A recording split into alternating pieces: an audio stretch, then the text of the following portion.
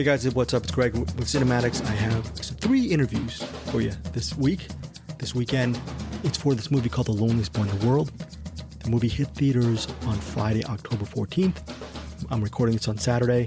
Here's the thing, you guys can watch it in theaters this weekend.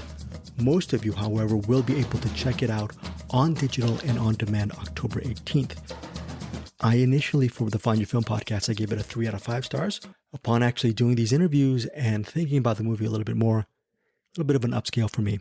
3.5 out of 5. I really loved how this movie, it's a zombie comedy. It has moments of, really, it's not a body horror, dark movie. It's sort of a light, fluffy zombie comedy. And if that kind of hybrid appeals to you on a surface level, this should work as a surface entertainment film. I really appreciated or glommed onto the layered theme of Oliver, played by Max Harwood. You might know him from last year's Prime Video musical, Everybody's Talking About Jamie.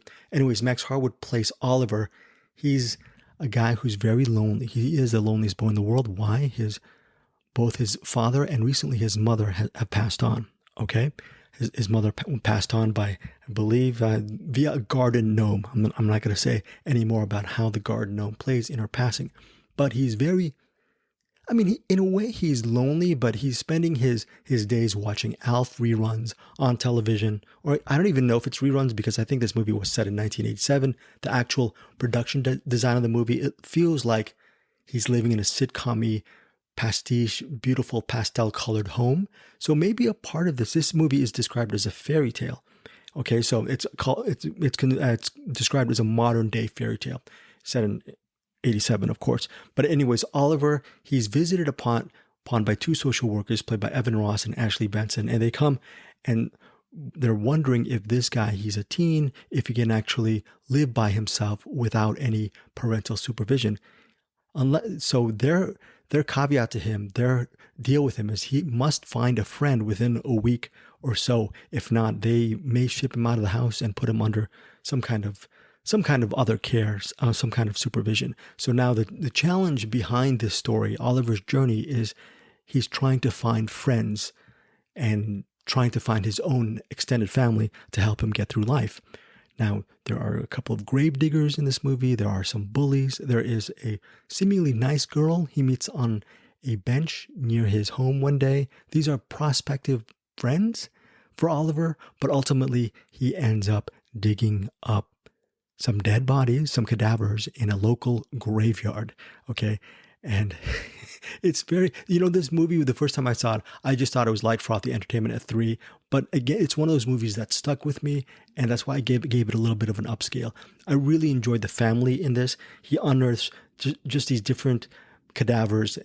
I think most of them, or if not all of them, perished in a tragedy nearby. I'm not going to mention what that was, but he unearths some, he digs them up, and he puts them in his house. He props them up on his couch, and lo and behold, they start speaking, and they come to life that is for whatever an undead person does to come to life.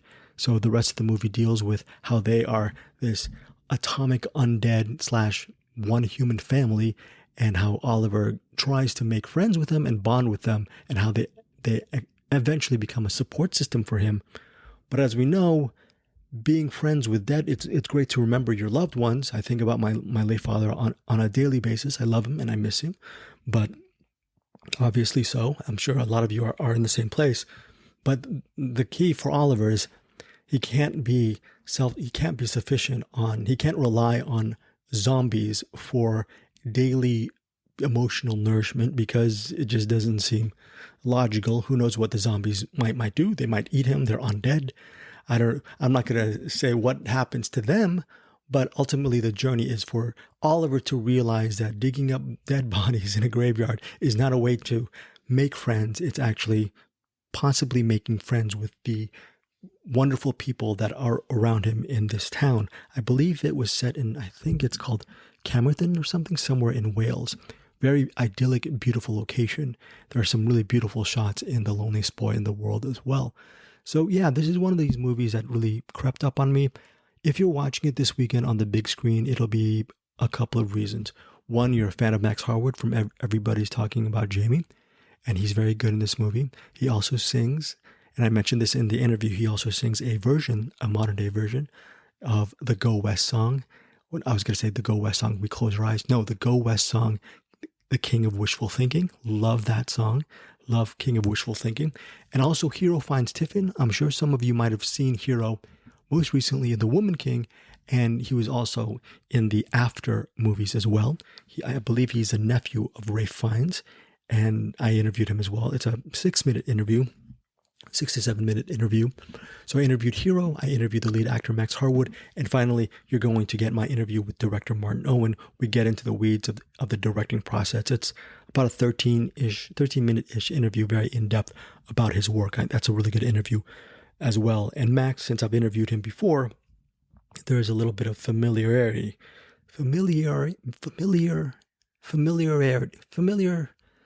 There's a lack of familiarity.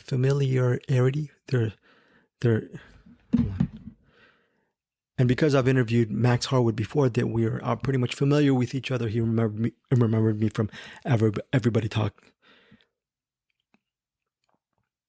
And the Max Harwood interview is really good as well as the second time interviewing him. So there is a familiar level between us. So even though it's only for several minutes, he's a really cool person to speak with. I'm really looking forward to see where he goes on with his career. Hero Fiennes Tiffin has a huge following. So we're also very interested to see how high his star will rise. And Martin Owen is one of these directors who, armed with a mid-sized budget, ends up directing high-end films, in my opinion, high-end genre films. They look good on screen, and whether you're buying them on physical media or they're streaming, they're really good pieces of entertainment. I would start first personally with Killers Anonymous, and then move forward from there. Again, he worked with Scott Adkins in this intriguing video game hybrid thing called Max Cloud, Twist, and now The Loneliest Boy in the World.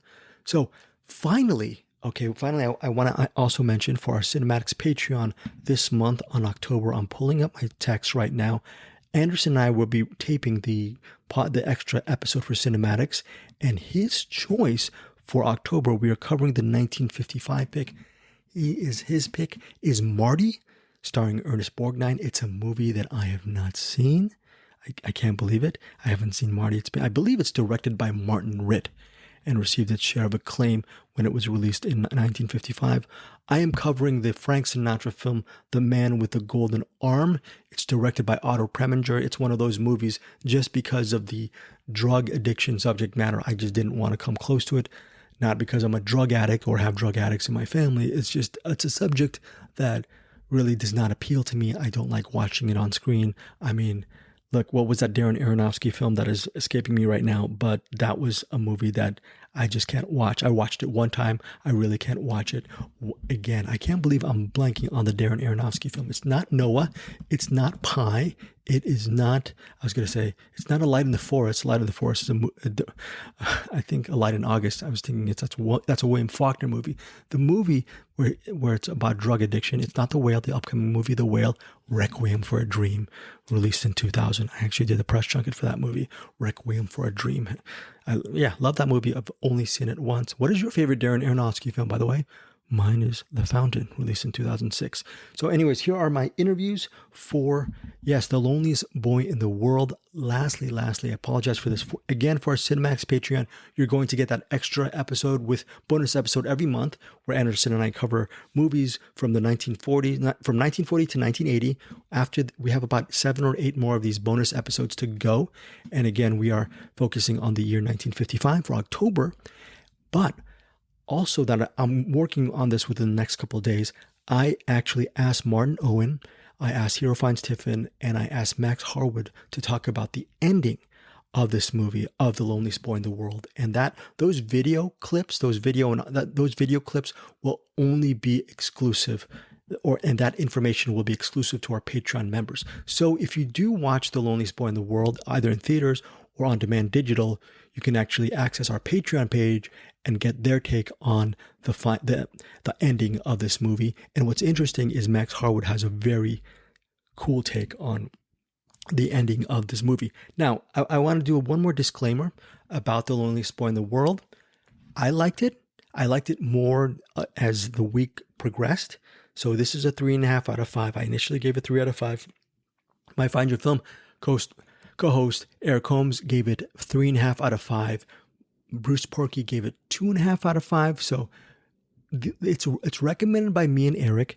The Rotten Tomatoes score is 22% as we speak. So I'm warning you about that. That it has a low rating. That said, another colleague of mine, his name is Fred Topel. I've known him for 20 years. I read on UPI.com, United Press International, he gave it a really good review as well. So if you don't trust me, if you don't trust Eric, trust this guy named Fred Topel. He gave it a really, I don't know if it's Fred Topel or Fred Topel, but Fred Topel, he's a very good journalist, and I really like his opinions. What did he says? Let's see. The makeup is good. The friendly zombies are a sweet support system for Oliver, and the film does champion making your own family wherever you can find it.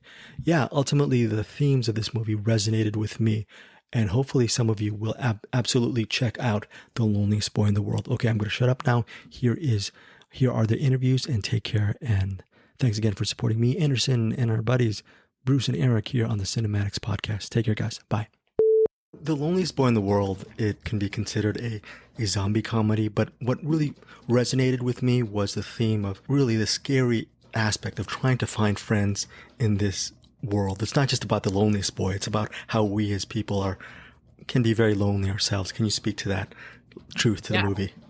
Yeah, I mean, I really love that. I think that so much of this week and talking about this film, like everyone's like, what's your favorite zombie film? And I was like, this is like a family comedy to me. Like, it's not a zombie movie, even though the zombies are a device to add an interesting element to the film, but I don't see it as a zombie movie. So I'm glad you said that.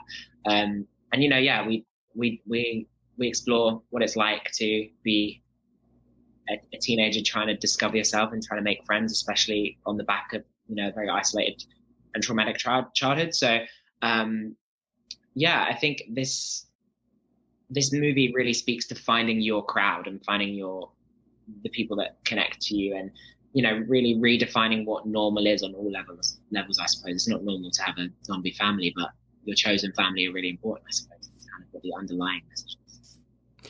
Without giving too much away, Oliver goes through a real big journey in this movie. Can you talk about staying in the moment during some of the more emotional parts where Oliver is breaking down and crying? How do you get in that moment? Is it easier than one would assume, or is it a lot harder? Because it seemed to me a very difficult thing to do. It's always challenging to tap into anything remotely emotional or heavy, but I think it's important. And we were really lucky on this job that the crew and the cast, we all lived together and we really grew close, and that enabled us to be vulnerable with each other. And lots of those moments is just not about pushing the emotion, it's just about letting the guard down and allowing yourself to be vulnerable. And you're right, that can be incredibly difficult when you don't feel safe to feel vulnerable. But a testament to Martin and the team for really making me feel safe to be vulnerable on this one in those moments, because we were making a comedy film, so it's those moments those more dramatic moments are a bit out of place with the funny jokes we were cracking all the time, but actually they did allow space and time for that. And I really enjoy those moments on set as an actor, because especially the scene at the end where he goes to visit his mum for that last time is one that was super it was actually just really cathartic to do. I won't go into too much detail, but my mum's favorite flower is a yellow rose, and that, again, just as a physical and a visual aid for me, was just a way in to my own love for my mum, who is very much alive. But I think visual aids are great for me, and that was one. It was a part. It's my mum's favorite scene in the film now, which is just amazing, because I was like, we chose the rose because of you. That's amazing. Max, I'm going to ask you a superficial question. I'm a Gen Xer. I grew up in the 80s. What was it like to cover King of Wishful Thinking? Because that's such an iconic song. And how did you guys, you did it service and you did it justice. Can you talk about that process? So kudos to you. It was, thanks for asking about it. I've actually haven't been asked about the song that much. I think it's because I've not really spoken a lot publicly about actually the song just yet. So, it was a real joy. I love making music. That song came about because we all lived in this house, and I was playing Sam Smith on the piano one day um, in our like dining hall. There was a piano, so I was playing Sam Smith and singing, and the producer came in and was like, "Wow, you can actually really sing." Obviously, Jamie hadn't come out at this point, and um, I just, he didn't know me obviously, so he was like, "Would you like to? We should get you to sing on the credits." And I went, "Yeah." And I called up my team right away. I was like, "They want me to sing on the credits. We need to make sure we lock this in." And then I went in and worked with the Invisible Men for like a couple of weeks on. We had this idea of like, wouldn't it be cool if we find an 80s song that we really love, and we like put a modern twist on it. And it was actually John Shave who suggested this song. And this song, King of Wishful Thinking, I knew from Pretty Woman. So I was really like, this is the song. We have to get this song because it being in Pretty Woman, and I just think it was like such a perfect fit, and it was just really cool to get to do something that's just another little piece of art that's going to live on and continue to reference the original art. And I just was really happy that I got to do it. Like, it's just not many people get to sing on the credits of the film that they leave. So, I mean, a few people do, and have done it really successfully in the last couple of years. But it was a joy and really fun. I was looking at some of these interviews with your premiere. I think it was Evan Ross who he describes you as a unicorn, and I apologize for you to actually. Yes, a unicorn a lot. I don't know why. That's so amazing. That's such a nice compliment. But I guess, and I apologize that you have to actually sum this up in some kind of soundbite. But what has been the last maybe year and a half, 2 years like for you? You get all these compliments. You're being vulnerable, and people are really welcoming your work with open arms and loving you on that level. What has it been like for you just to receive that praise? And I'm sure you talked about your mother. I'm sure your family really helps you bring you that foundation as well. So. Oh, they do. My family bring me right back down to the ground. But as all families do and should do. I don't know, like I, grew up, went to like state school, and didn't get into, I think I told you last time when we spoke, didn't get into all the drama schools that I wanted to go to, felt quite dejected, had like a really kind of weird route into the industry where I did like an open call. And, I think my main thing is that, I still get told no a lot, and, because you audition for things and you meet for things that don't work out. But I think this job is just about finding people you connect with and want to work with you. And if you take talent and being a unicorn out of that, the thing that is the most important is passion and being a hard worker. And because if you work and meet the right people, they can nurture your talent and develop your talent in a way. I could have not done half of the stuff I've done and achieved without, Dan Gillespie Sales teaching me how to sing into a microphone properly, or, Martin teaching me how to be funny and have fun on a set. Or like all of these people that you meet, they add to your talent, I suppose, rather than the talent purely just coming from you. I just don't believe that to be true. It's comedy. There's parts of darkness in this movie as well, but I think the location seems, maybe it's movie illusion. It seems so idyllic. I mean, even though there's a gravesite, there's that beautiful ocean front. Can you just talk where you shot, and is it that idyllic, or was that just really wonderful angles or something? So.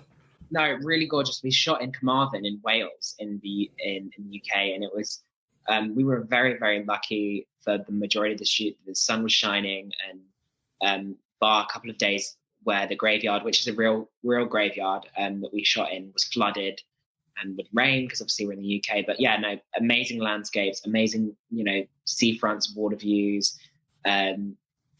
It was really joyous. We're in the pandemic. We got to spend a lot of time in a gorgeous hotel and house that's run by a family in Carmarthen called Mansion House, and they looked after us so well, and we became family. And no one really was like fully making movies at this time, and we were just all so grateful to be interacting and having the best time making this crazy movie. Last question, Max. Speaking of movies, right off the top of your head, can you name one of your all-time favorite films, and what is it about this film that speaks to you today? My favorite film is Ghost. Ghost or On the Town. I love Ghost because who doesn't love Ghost?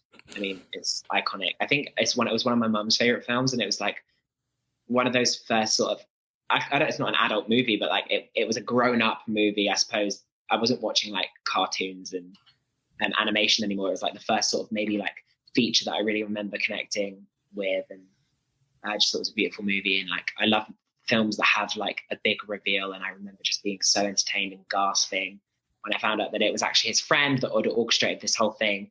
And so that movie, and On the Town, obviously beautiful musical visuals.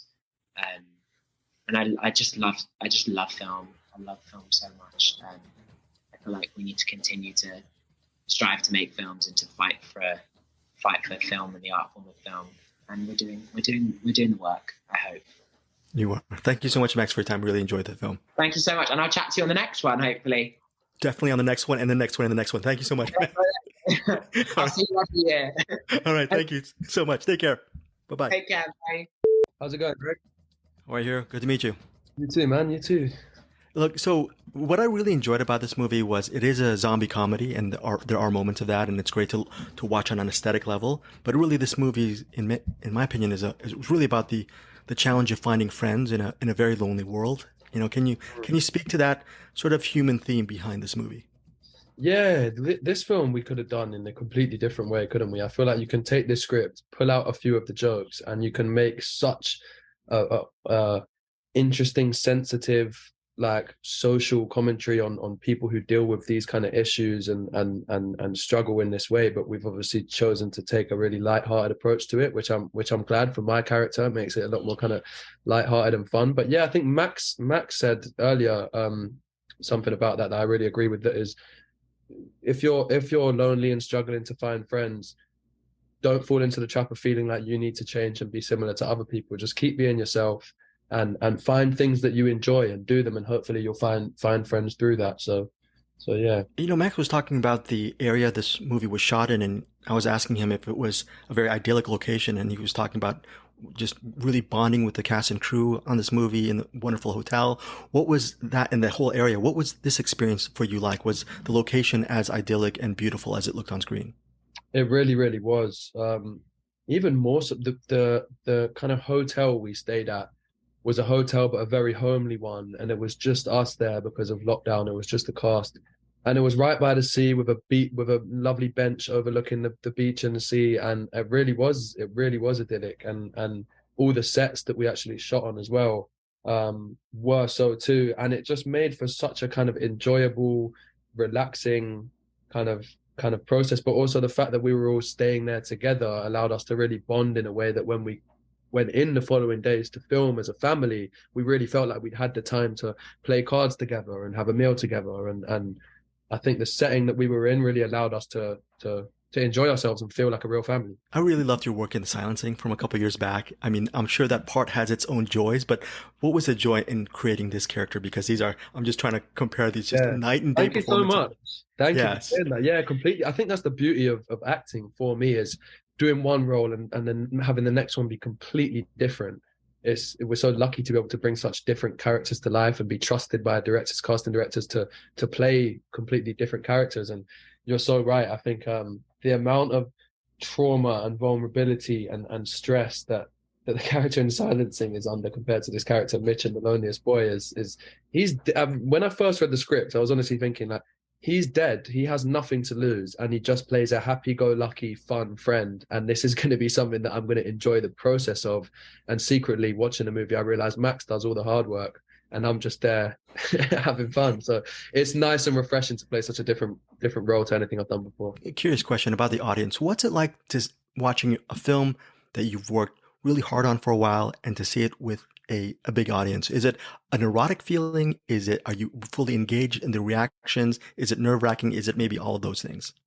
Yeah. No, it's the feeling of watching in a theater with people who actually really want to be there, and the vocal kind of like feedback that you get is something that I'm literally this month from going to see the Woman King premiere and this premiere.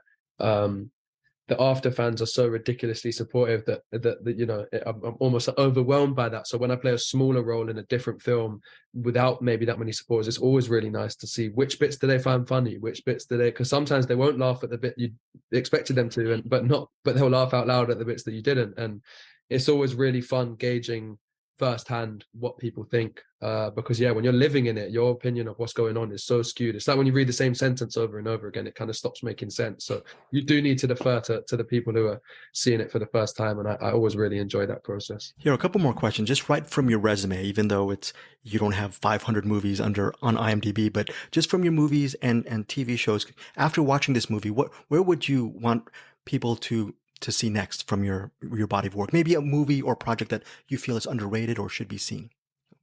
Yeah, in terms of what projects I'd want to do next. Oh, from your resume, from what would you have people actually watch next after this movie? Of the stuff I've already done. Yeah. That you feel is underrated or overlooked, maybe. So you know what? It's not necessarily underrated or overlooked, but The Woman King, I'm so excited for people to see. I'm just so proud of the other cast in that, and I'm proud of my work too, but I'm just so grateful to have worked alongside such amazing people, and the way they brought those characters to life. Everyone, I'm not even going to say names because everyone in that cast is amazing, so I'd love people to see that. But since you mentioned the silencing, I loved working on that. I loved working with Nikolai.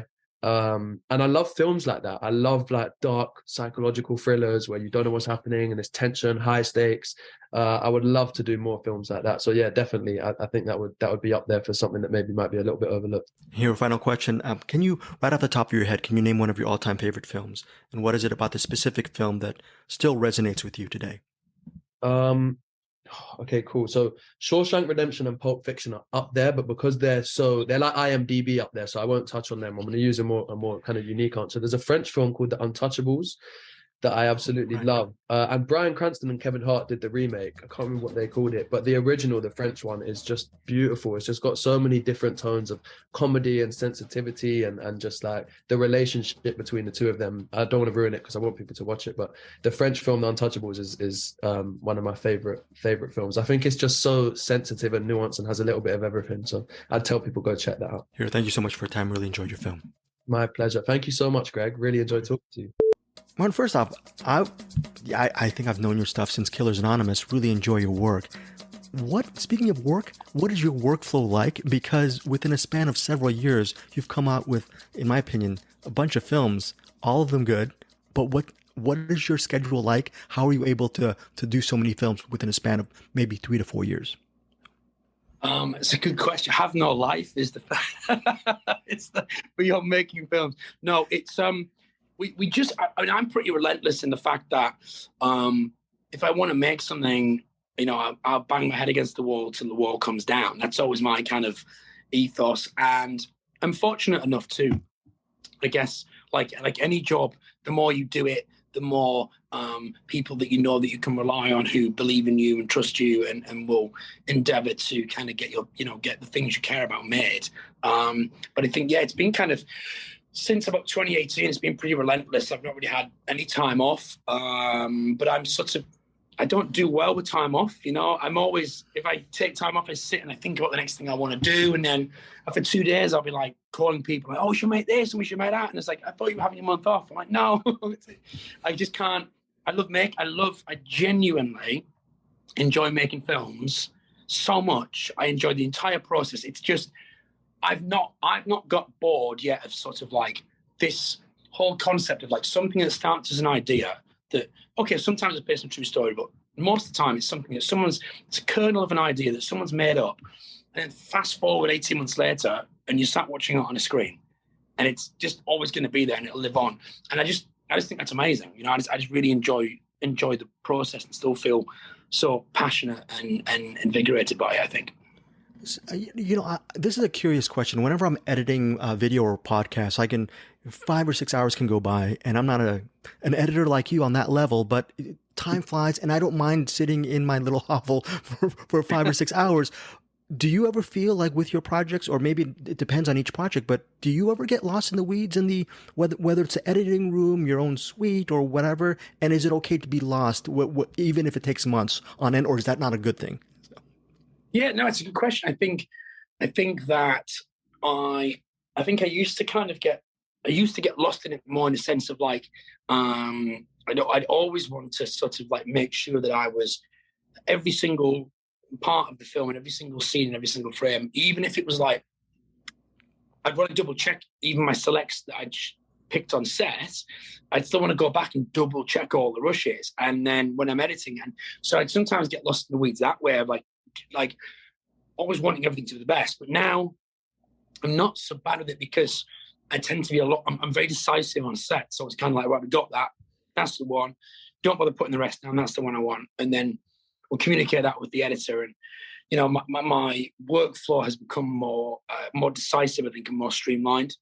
I think that's probably the key thing for me that stops me getting too caught, as you say, caught in the weeds, because sometimes you can go into that black hole and be like, oh, I'm not getting it. It's like, you know, and I was talking to someone recently, another director, and has been editing a film for so long that is almost like cares so much about it and wants it to be the best it can be, that you almost start to, it's a transformative process. So it's like you start to lose sight of what it is you're trying to do. You're trying to now do what you were doing yesterday, but what you were doing yesterday was different to what you were trying to achieve 8 weeks earlier. So you can just go round and round in circles, you know.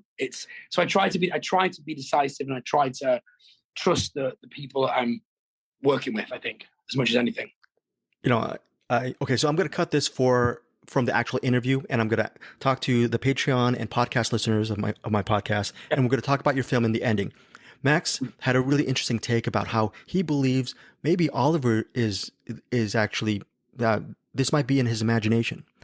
And I wanted to get your take towards the end, and also the fact of not compromising with the screenplay, meaning the zombie family actually perishes at the end, as you could have made it a really just a broad stroke, really fun thing, and everyone's fine and everything's fine and dandy with the zombie family. Can you speak on both those levels? Yeah. Yeah, of course. I mean, Fiennes, Max and I talk about this quite regularly. Like we have this. But now it's becoming like we have this not differing opinion, and I think I think that in the screenplay, it's the ending of the film isn't ambiguous in the sense that the film and Oliver's journey comes to a decisive end. Oliver has a journey. That journey is completed, and he is ready to move forward in his life. So I think that side of it is it's not ambiguous at all. But with the family, I can see it from both sides. I think in the screenplay, it was kind of like, I think, insinuated to kind of like let some people will think it was on his head and some won't. Obviously, I leaned into two contradictory things. I leaned into the fact that the movie's very much told from Oliver's perspective. You know, we're in his world with him. But the counter to Max Harwood's argument is that at the beginning of the movie, Goldfish is dead. Evan Ross goes up to Goldfish and he's like, no, your Goldfish is dead. However, Evan's voice. And then at the end of the movie, the very last frame of the film, Goldfish is moving in the boat. So that, I think, in itself speaks volumes.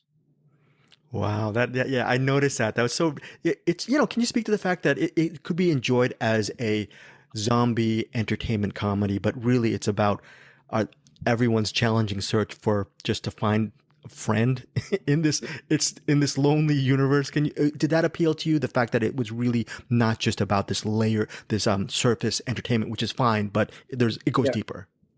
Yeah, no, that's exactly it. I think from my perspective, it's like the kind of, the zombie, the undead family, and the kind of the way we lit the film and the color palette and all of these things. It's kind of got this kind of almost a sort of horror fairy tale type elevated feel about it.